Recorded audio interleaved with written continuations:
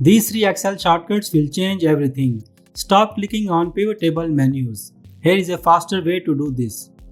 In today's video, I will show you three Excel shortcuts that will change how you create, manage and refresh pivot table. Let's start. Here is our sample data. We will create our pivot table quickly. Click anywhere on the cell, then press Ctrl A to select the data and then press Ctrl T to convert this data into a table.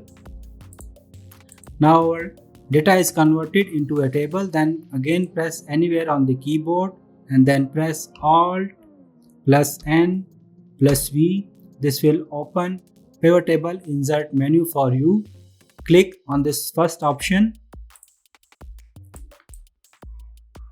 Keep new worksheet selected. Press OK. And now our pivot table structure is ready. I will bring this product column into rows while sales into values. Now our first pivot table report is ready.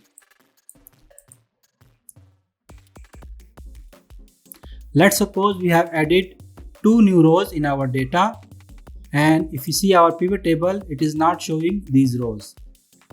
What we will do, I'll click on this pivot table, then press Alt F5. Our pivot table will be automatically refreshed and bring the new items added in our data.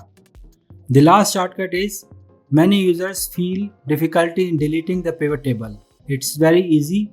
Click anywhere in your pivot table, then press Ctrl A to select the entire pivot table, then press Del key on your keyboard, and now our pivot table is deleted.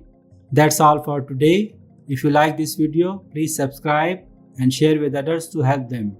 See you in the next one.